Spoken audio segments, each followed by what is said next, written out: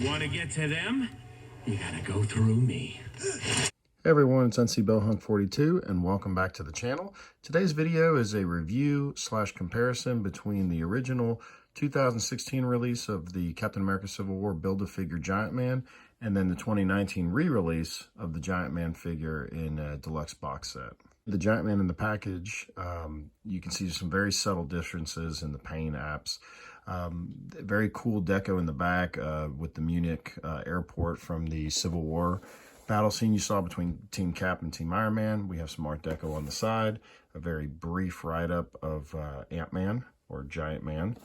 Same deco on the other side, and we'll take them out and we'll be able to compare the two. Okay, so here they are side by side, and obviously the biggest difference is the silver paint. That's the most noticeable.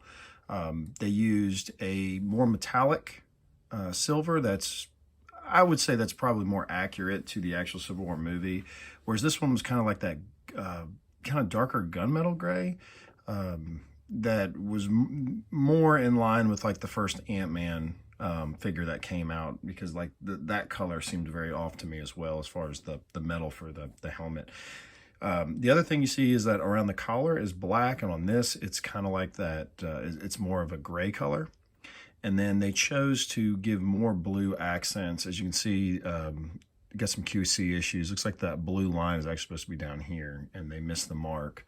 But on the original release, the gauntlets, they didn't paint it blue. And then down at the feet, you'll see that the original release had the tongues of the boots sticking up, and you know, and then this like deluxe version doesn't have that. I never really understood that because I never saw that in any of the movies, so I don't know why that's there. I mean, I know it's based off of, you know, like some concept art that they have, but yeah, that just seemed like it just kind of looks goofy. The thing we noticed taking a closer look is if you look at the eyes, this new one here, it seems you can really make out his eyes in there, and I thought that was so cool. So you can see it. And on this one here, the camera may not show it, but it's actually lopsided.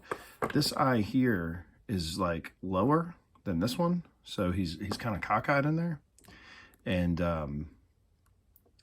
it makes for kind of a goofy appearance. The other thing that I kind of found out between the two is with the way that the old feet were with these tongues, and you know, you had to assemble this thing yourself.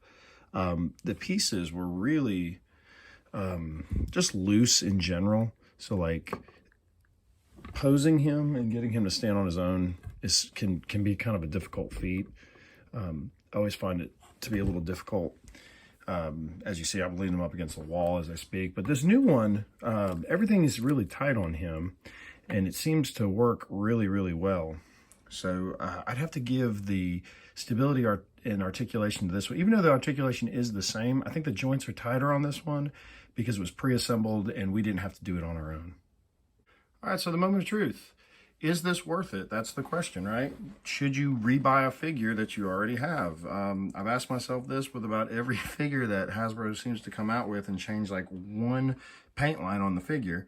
But in this one, I really can say that I would recommend getting it. The paint apps are better, minus the one QC issue there, but the paint is better. It's more thorough. There's paint all over the figure, up and down and on the back, whereas this one was very limited, and then it's wrong. It's not accurate to the movie at all. And, you know, to me, I think that that's worth it. If you have the shelf space to display the two figures, I think you could get away with... you know, it depending on how your collection is. You know, I know some people separate them by movies, some people do dioramas, and this is nice having two because you don't have to rob a figure to plug and play into a different diorama. So you could do like an Endgame one and you could do a Civil War one, which is kind of my thought. The other thing is the price isn't criminal. I think these were like $29.99 when they first came out, and they're holding pretty steady at that. I'm sure that you can get them cheaper through eBay or Macari or some other third-party deal, but I actually got this one on Amazon, and I did the warehouse deals, and I really recommend anybody who hasn't tried it to give it a whirl, because I got this for like $23, and a new one is like 33 bucks, and there was nothing wrong with the package. It had like a small little piece of tear in the cardboard, but I'm an out of box collector anyway, so to me it's worth to save the $10. All right, guys, that's the review. I hope you found it informative and it helps you make a better decision when you're adding to your collections. As always, please like, subscribe, and comment, and let me know what you guys think. Stick around for more content, and we'll see you next time. Keep collecting.